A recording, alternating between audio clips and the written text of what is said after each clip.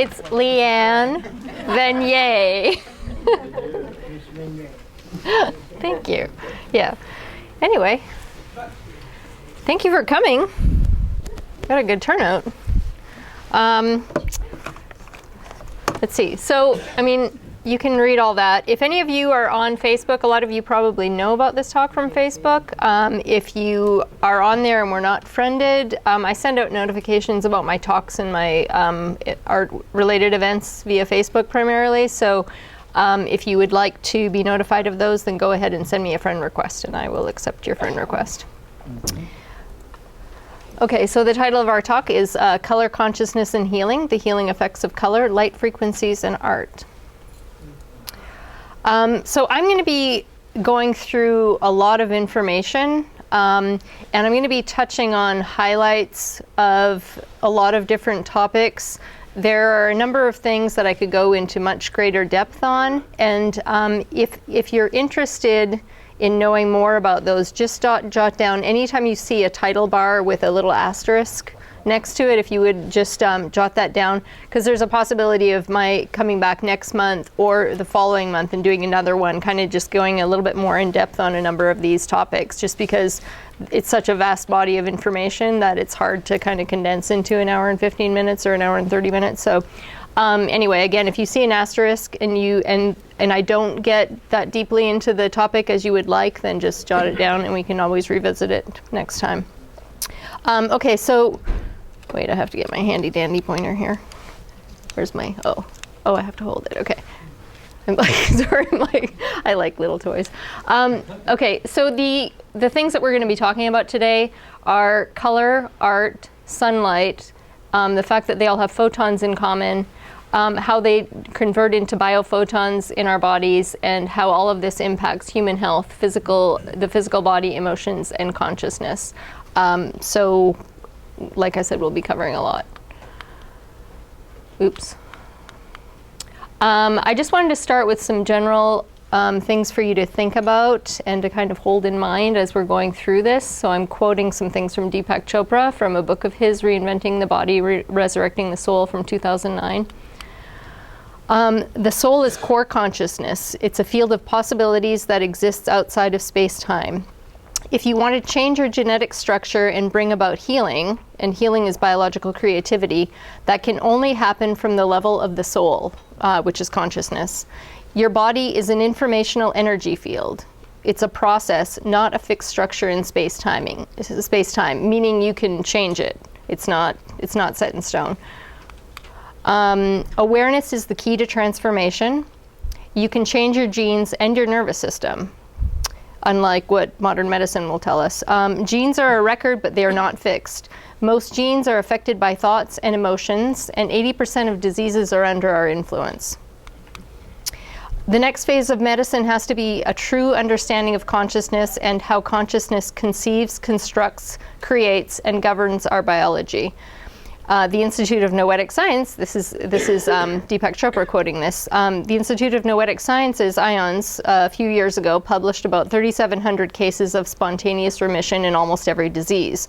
So again, you can see if you're sick, it doesn't mean that you're sick forever. There are ways of actually healing your disease. And there are 10 steps to wholeness. The first is to nourish your light body. And that's what I'm going to be telling you about today, how to nourish your light body. So I'm going to talk about a little bit about my background, because people are always asking me how I went from being a mechanical engineer to being an artist. It's a kind of a recurring, yeah. So it kind of ties in with this talk, in that the evolution and how I came from point A to point Z plus whatever. Okay, so I started off as an engineer. I did the conventional left brain university route, studied engineering, and then I ended up working at Lockheed on submarines. At the same time, I've always been a very right brain person, and very interested in consciousness from a very early age. So at the same time I was studying or working as an engineer, I was taking parapsychology and consciousness courses. And one of the exercises that we did in one of these classes was to, the instructors put up colored panels all around the room. They were just different colors, and we had no instructions other than go stand in front of each one of those panels and stare at it. and then write down whatever you feel, what comes up, any emotions, sensations, anything like that. So in the course of doing that exercise, I was pretty astounded to note that just the simple act of looking at different individual colors had really deep physiological and emotional impacts on my whole being. And that was kind of the first time I became aware of how strong color can impact us. I started traveling to Europe for vacations, and I'm a big fan of abstract art, as you may have noticed, travels to Europe. So I started paying attention to my own responses and looking at color in abstract and other paintings. And some of my favorites were Kandinsky, Pollock, Mark Rothko, and Picasso, all of which use pretty strong colors in their paintings. My intuition told me to leave engineering and move to Florence, Italy. So I did that. I packed everything up and 5 weeks later moved there. And so I spent 7 years studying alternative and holistic healing methods, and starting with herbology and aromatherapy, plant-based remedies, moving up into the chakra studies and energy-based healing modalities, Reiki and things like that, all of which I also was studying the connection with color. So in this journey, my lifelong beliefs, like I said, that I've had for as long as I can remember, continue to evolve. And some of these are that the mind and body are very closely connected. There's a psychological root to all physical illness. When emotions and the psyche are healthy, the body is healthy. You can attain higher states of consciousness, a sense of interconnectedness with nature and other people, an ability to tap into the internal wisdom that we all have and the collective unconscious. But in order to be able to do that, you need a healthy body that is nourished with the proper nutrients from natural sources, and avoiding as much as possible chemicals and pharmaceuticals, which tend to throw our energies off. Yes. So again, I was getting further and further confirmation that color, light, and art are nutrients for the body. So the journey continues. I decided to leave Italy. My intuition told me it was time to leave there. I came to Austin. I went back to school for acupuncture, shiatsu, which is Japanese, means finger pressure. It's basically acupuncture, but using your fingers and, pressure points. Same energy lines, though. And Chinese 5 elements, which is all about how the emotions are linked to different organ systems and how color is connected with all of that. I moved to British Columbia to get more extensive training, and I had a healing practice there, working with cancer patients. And throughout all of this, I continued to get more and more confirmation that these ancient healing modalities do work. Even though there's not a lot of science, well, there's an increasing amount of science, but there's still not a lot of science that validates these thousands-of-year-old healing methods. My intuition, once again, I decided to return to Austin. I've moved around a little bit. Return to Austin, and I wanted to continue to share the knowledge, the healing knowledge, but I wanted to do it on a broader scale, and I wasn't really sure how that was going to manifest. So I started painting 6 years ago. I decided I was needing right brain stimulation, and I decided to start meditating regularly, and I took a beginner painting class, and I got positive faculty response from a group exhibit we did, and my intuition just told me, okay, it's time to paint full time now. So I did. And let's see, when I'm painting, I create the works that I do from a very right brain intuitive state. I never really know what's going to manifest. I start off with the colors that I'm drawn to, and I just go. So I'm basically using the color energies that I need on that particular day, and I just start there. And since my paintings have a lot of different layers in them, I can have 20 different layers of different color on the same painting, and it'll be different days that I'm drawn to those colors.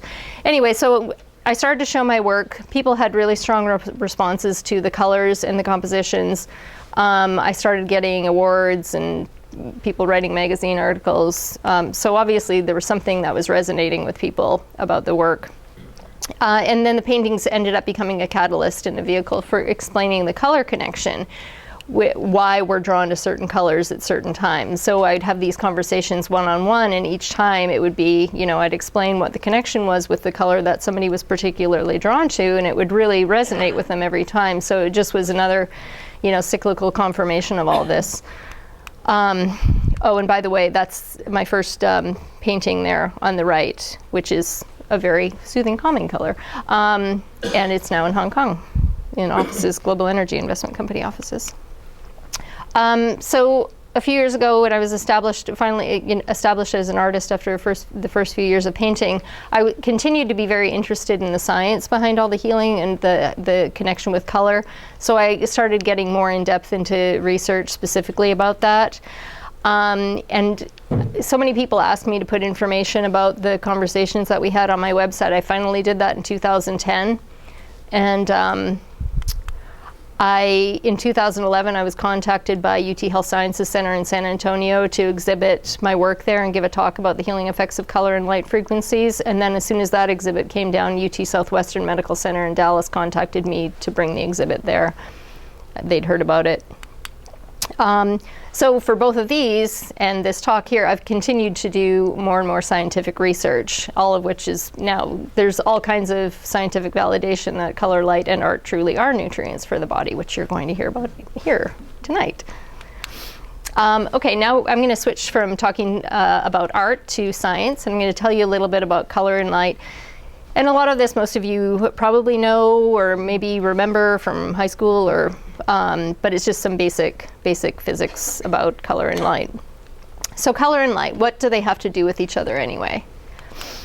Well, they're synonymous. You can't have one without the other. And this was first discovered in 1672 by Sir Isaac Newton. You've probably all seen this prism where white light or sunlight is shone through glass, and it splits through a prism, and it splits into a rainbow where you can see 7 visible colors. And those colors, which we're going to see over and over again this evening, are red, orange, yellow, green, blue, indigo, and violet.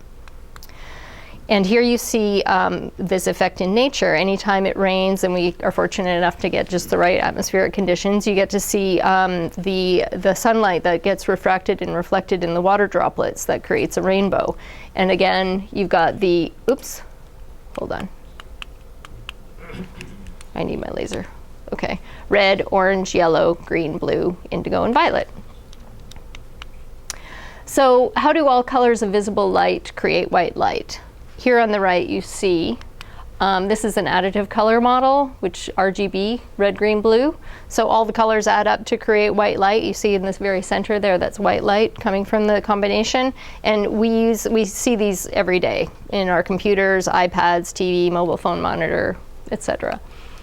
And it's very similar to what's happening with sunlight, where you get all of the rays of the sun, the 7 different colors there that add up to create white light, which is what we perceive with our eyes. And sunlight also, so it includes visible light and invisible UV and infrared radiation. And here's the full electromagnetic spectrum, and you can see that that tiny little band there is what visible light is. So it's a really tiny portion of the whole electromagnetic spectrum. And and this light is made up of photons. So what are photons? Photons are packets of light energy measured in wavelength or frequency. And for the most part tonight, I'm going to be using nanometers, which is wavelength. I'll occasionally be throwing in frequency. So if you hear one or the other, I'm talking about the same thing. I mean, they're different measurements of the same thing, but different wavelengths correspond to different colors. They are different colors. Photons act as both waves and particles. And photons from a light source, whether it's a lamp, the sunlight, whatever, they travel through the air and they bounce off of objects. And that's what we absorb through our eyes. That's how we perceive color and light. And we also absorb it through our skin. And here on the, this is a photon mapping image, but it just kind of gives you a sense for what it feels like. I mean, we're basically surrounded by photons all the time. There's stuff bouncing around. So Deepak Chopra says, photons are carriers of informational energy which permeate the whole universe and make up our entire light body. And Dr. Fritz Albert Popp, who's a big researcher and in biophoton technology and founded the International Institute for Biophysics, says we are swimming in an ocean of light. So it kind of corresponds to that photo there on the right. So why do objects appear to be certain colors? Here we have a red tomato. And what's actually happening here is that tomato is reflecting red wavelength photons. So it's reflecting the red color back, and that's what we perceive with our eyes, and everything else is getting absorbed by that tomato. And here, same thing, green apple. Green is reflecting green photons, and it's absorbing all the other colors. So that's just a simplified explanation. How do color, light, and art act as nutrients? Well, we absorb photons of color energy and their healing effects 3 different ways. We absorb it directly through the eyes, we absorb it through the skin, and through the human energy field. So here's an example of absorbing it through the eyes. Anytime you look at or you're around artwork or colored walls or fabric in somebody's clothing or your own clothing, looking at it, we absorb and benefit from color photons directly through our eyes. Through the skin. Sunbathing, long history of using sunbathing for healing. It not only feels good, it actually does give us color energies in the sun, and it's very good for balancing physical and emotional aspects of ourselves. And down below there you see blue light therapy for neonatal jaundice. I don't know if any of you, often when I talk about this, people have known somebody that has a baby that developed jaundice a few days of being born. And what they do is they use blue light. That's just straight blue light, and it's shone directly through the skin, and it's absorbed through the blood, and it gets rid of the baby's jaundice in simple terms. I can get more into detail about that if you're interested.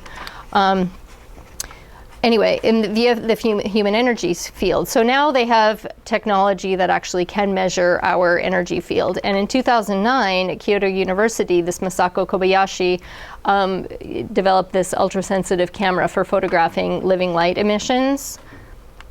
And we now know that living organisms produce and emit small amounts of light called biophotons, which are ultra-weak photon emissions.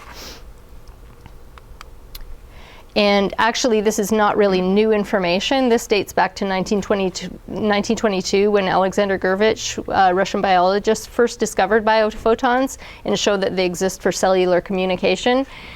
We just didn't have the technology back then to be able to actually prove it with a machine. And now we do. And in 1972, Dr. Fritz Albert Popp, who you saw earlier, he developed a photomultiplier, which for the first time proved the actual existence of biophotons. So this is an actual camera that photographs them. And just so you know, that photo down here, that's an infrared image. So these are biophoton images, which are photographing individual particles of light that are being emitted off of our bodies, and this is heat. So it's a very different looking image. And I'll be getting into more detail about this. Okay, so now I'm going to talk about sunlight and melatonin and how they are connected. So why do we need sunlight or full spectrum light and all the color wavelengths they contain? Well, when people don't get the color energies they need, there are a number of illnesses and imbalances that have been shown to occur or worsen.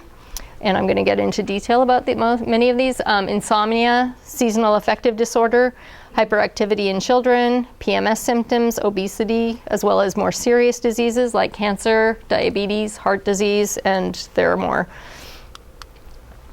So we pretty much all know that all living things need sunlight to exist and thrive. Plants need sunlight for photosynthesis, as we all learned in elementary school. And animal behavioral patterns, hibernation and breeding are dictated by seasonal changes and available sunlight. And so hibernation, and I don't know if you can see this really chubby squirrel, what he's saying. It says, winter is coming, big deal. I am like so ready. Which we've probably all seen, I mean, even here in Texas, as soon as fall starts coming, the squirrels sense the change in sunlight and the days are getting shorter, so they go into a nonstop feeding frenzy. And I've never seen one quite that fat, but they get pretty close. Anyway, how does light affect melatonin in the biological clock? Okay, well, sunlight or artificial light, whatever light source we're exposed to, enters our eyes and reaches the pineal gland, which is that tiny little pine cone shaped node there. I don't know if you can see it in the dark here, but anyway, the pineal gland secretes the light sensitive hormone melatonin, which we've probably all heard of. Melatonin controls sleep cycles, appetite, body temperature, and a lot more. I mean, they're still discovering things that it's linked with. So in an ideal situation, you should have 100% production at night of melatonin because you need that to get sleepy, and it should drop to 10% during the daytime, so you should be wide awake during the day. The importance of blue light.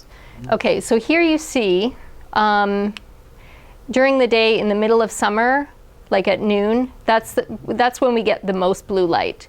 Otherwise, during the rest of the time, you know, late in the year or at dawn or dusk, the blue light tends to get scattered, and what we end up seeing is red, orange, yellow, which are the colors of sunset and dawn and dusk. And the blue light ends up getting kind of scattered, so we don't get many of those rays.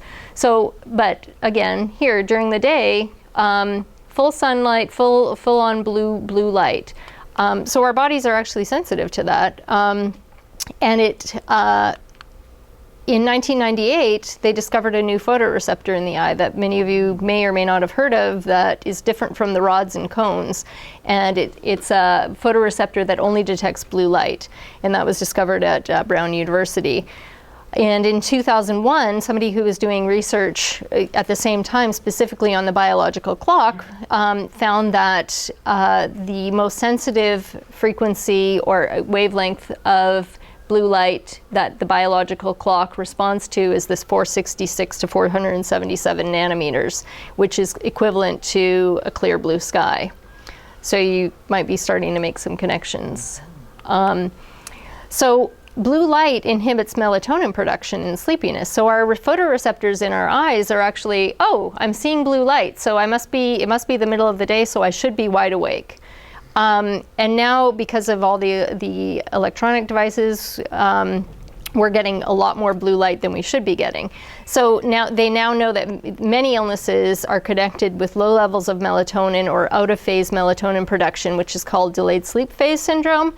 And that's basically when you are tired during the day and you can't go to sleep at night, or you have a really hard time waking up in the morning, you can't go to sleep at night, and then you have to get up and you have to go to work, and you're just like sluggish for the first few hours. And anyway, that's delayed sleep phase syndrome because your whole body clock is kind of thrown off by several hours. But you can fix it. And one of the big culprits for causing this is too much blue light at night, using your computer or your iPad, watching television, especially now with everybody using iPads, because that light source is so close to our faces, you're just getting, you know, overwhelmed with blue light, and it's telling your body, oh, middle of the day, I should be wide awake. So it causes melatonin suppression, and it results in insomnia, which then ends up causing a snowball effect and can cause all kinds of other problems, which we'll see here in a second. Even night lights can throw off melatonin production. So as small as 200 lux can actually stop your melatonin. You can get up to use the restroom, and even some night lights are actually blue light, and that's the worst kind. And also not getting enough sunlight or full spectrum light during the daytime, which is when your body actually needs to be getting all those color frequencies and the blue light. If you're stuck indoors and you're under fluorescent lights that don't have all the color frequencies, that also can throw off your whole biological clock. So seasonal affective disorder and melatonin deficiency. A lot of you have probably heard of this by now. It's been around, they've been talking about it for a long time. It's actually they've been doing research on this for 30 years now. And they've shown that bright full spectrum light in the past is what was always used. Now they're using just blue light, just in the last few years. It treats seasonal affective disorder, which, if you don't know what it is, it's a type of depression caused by lack of sunlight in the winter, or when people live in cloudy climates and they don't get sunlight, and it causes low melatonin levels. It also treats delayed sleep phase syndrome. So just by getting the proper timing of the blue light during the day, you can completely get rid of your delayed sleep phase syndrome and feel wide awake and refreshed in the morning. And it also boosts mood and productivity all year, especially in the winter.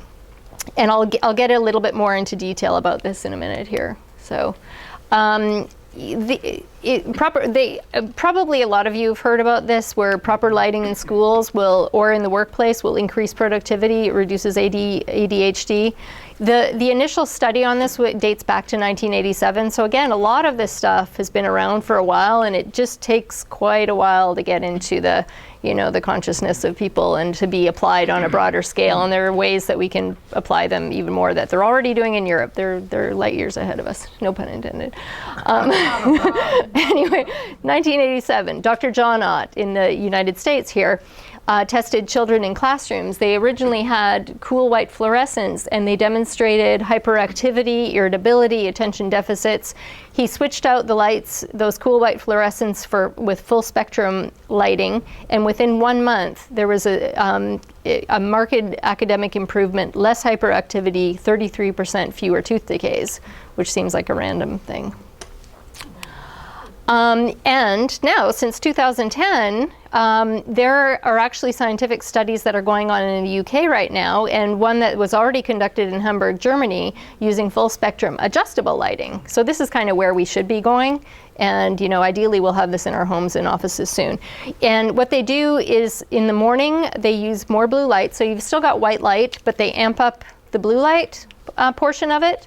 And they do that in the morning and the afternoon, when people tend to have that dip after lunch. So, and when they did this, when they started doing this adjustable light, they found that reading speed increased by 35%. This is in the schools in Germany.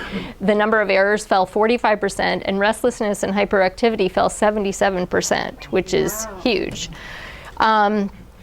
Since 2010, again, there are actually businesses in the Netherlands that are applying this in their offices, and they do the same thing. They turn up the bright light in the morning and in the afternoon, and at other times it kind of they use different lighting. And basically, they don't have to know how to adjust it. There are 4 settings on the light panel, and it's standard, energy so when you want more energy, when you want to be able to focus and concentrate, and calm. So more research that's going on here in the United States. This one is at UCSD Women's Mood Disorders Research Clinic. Dr. Barbara Perry in 2010 was making connections between PMS and melatonin deficiency. And so she found that women with severe premenstrual syndrome, PMS, and PMDD, which is a very, very severe form of it, have lower levels of melatonin throughout their menstrual cycle. And when they're treated with 2 hours of bright full spectrum light in the evening, which is very different from treating delayed sleep phase disorder, which you want to treat in the morning, they have a complete reversal of the PMS and depression symptoms. And Dr. Perry believes that there's some kind of reason that this is connected to serotonin. Serotonin is the precursor to melatonin. So if you don't have enough serotonin in your body, you can't make enough melatonin. Anyway. Okay, so the latest melatonin research, and again, anytime I have an asterisk next to these things, if there's something more that you want to know, because I'm going to go through a bunch of diseases right now and not get into a lot of detail, just jot it down and let me know after the talk. So reduced production of melatonin has been linked with breast cancer, cancer, obesity, estrogen levels and fertility issues, diabetes, and heart disease. As far as breast cancer goes, again, in other countries, they're aware of the links between certain illnesses and living in work conditions. And the Danish government actually is compensating women now who are shift workers or flight attendants who develop breast cancer, because they've now classified shift work as an industrial hazard. So yes, and you can just imagine the whole delayed sleep phase syndrome and how it throws off your melatonin production, and breast cancer is one type of cancer that's been directly linked with that. They've also linked a number of other types of cancer. There are lots of studies going on. They know that they do know that just having the right amount of melatonin in your body with somebody that has cancer completely slows down the cancer growth. And as soon as they deplete that amount of melatonin, the cancer speeds up. So direct link there. And they also know that melatonin is a very powerful antioxidant. And again, there's lots of research going on about all of this. So Obesity, carb craving. We saw earlier that melatonin is responsible for food appetite and that sort of thing. So I'm not going to get into a lot of detail about those other ones right now. It's also connected with brain-related disorders. Autism. Blue light therapy has been found effective for some children with autism for reducing hyperactivity and that sort of thing. Bipolar disorder, there are lots of studies going on about this. They found that just the simple act of using dark therapy, which is no light, at the proper time, having enough hours of complete darkness where they're wearing a mask at night and sleeping. It's not like they're wearing this during the day. It's like just at night they shouldn't have any light. And regular sleep hours every day, and no blue light at night completely stops the bipolar cycling. It's pretty amazing. And they've also linked this with Parkinson's and Alzheimer's. Another thing that they know is that lack of sleep reduces brain cell production. So when you're not getting enough sleep, which is often what's happening again with any number of these melatonin imbalances, your brain's not regenerating its cells like it should be. Obviously, insomnia, can't sleep. Jet lag, most people know that when you go to a different time zone, you get jet lag. It's actually pretty easy to get back on like your regular time clock very quickly by using a blue light device. And they're portable, they're very small. Melatonin supplements are not recommended because of all the other problems that they can cause, and you have to get the timing just right for when you're taking them. And anytime you're taking artificial hormones, you're kind of like messing with Mother Nature anyway. So it's really, when you can have something that's so natural and easy and inexpensive, light therapy is better because that's how the body is, engineered to respond. So how can we restore healthy melatonin levels? Dr. Jacob Lieberman, again, this is old, information. Light Medicine of the Future in 1991. He was talking about getting enough natural sunlight exposure during the day for natural sleep cycle and melatonin production. You actually have to be out in the sun without wearing sunscreen. I mean, on your face you can wear it because the amount of skin area that you're going to get exposure is so small, so you want to make sure you're not getting sun damage from UVA, and you're not actually needing to spend a lot of time out in the sun without sunscreen. And we already know that sunlight is also very useful and necessary for producing vitamin D for the UVB. And again, no sunscreen. Your body won't produce the vitamin D if you've got sunscreen that's blocking the color rays and the UVB. And for more information on specifics about the fact that where we are, even in Austin in the wintertime, we don't get enough UVB because of the angle of the sun. So then it's recommended to take vitamin D supplements. And another way that you can restore healthy melatonin levels is to install full spectrum lighting in your home and office, which is another easy fix. Those are pretty prevalent now. The latest research, again, about blue light is showing you really need to eliminate your blue light sources 1 to 3 hours before bedtime. So if you have an iPad, you can actually get overlays that will cut out the blue light. You can buy glasses, amber glasses, that will neutralize the blue light frequencies, so you're not going to be absorbing that. But it's really best to not be using that stuff anyway, because it's stimulating your brain too, besides all that. And so no iPad, smartphone, or computer 1 to 3 hours before bedtime. Don't leave your TV on in your bedroom. Don't use night lights, or if you have to use them, then use amber, because that doesn't trigger the blue light response as much. Or, I mean, it doesn't trigger the blue light response, but it doesn't wake you up either. There's a program, a free program, which I have on all of my computers.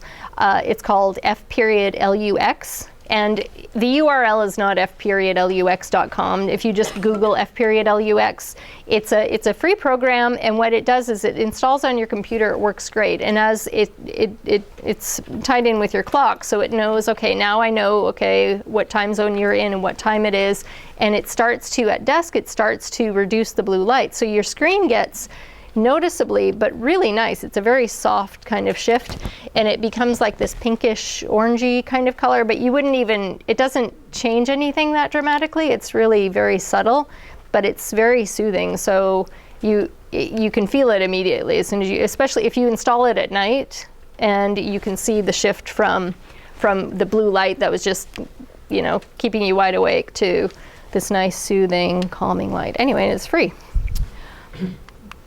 Who made it? What's that? Who made that? Oh, it's who made, I don't know, but you can find out when you go to their website. And using a blue light therapy device during the day is very easy to do. There are a number of them on the market. Okay, so now I'm going to talk about how was healing sunlight used in the past.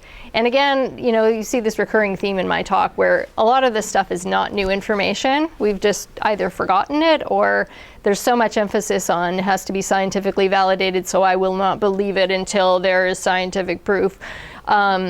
Anyway, people in the past knew what they were doing too.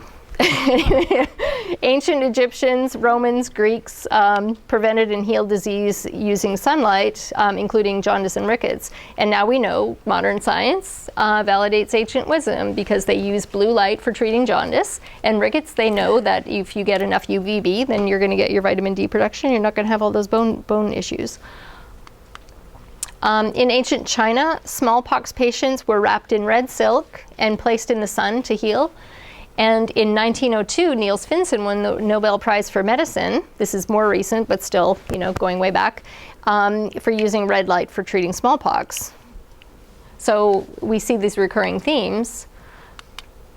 And in the early 1900s, war wounds healed faster with less infection. All they did was put the soldiers out and expose them to open air and sunlight. Instead of bandaging everything up and keeping them indoors, gave them open air and sunlight, and the wounds healed very quickly. And NASA now, I'll be talking about a number of red light devices later on. NASA has validated that red light does all kinds of things, and including using it for healing wounds.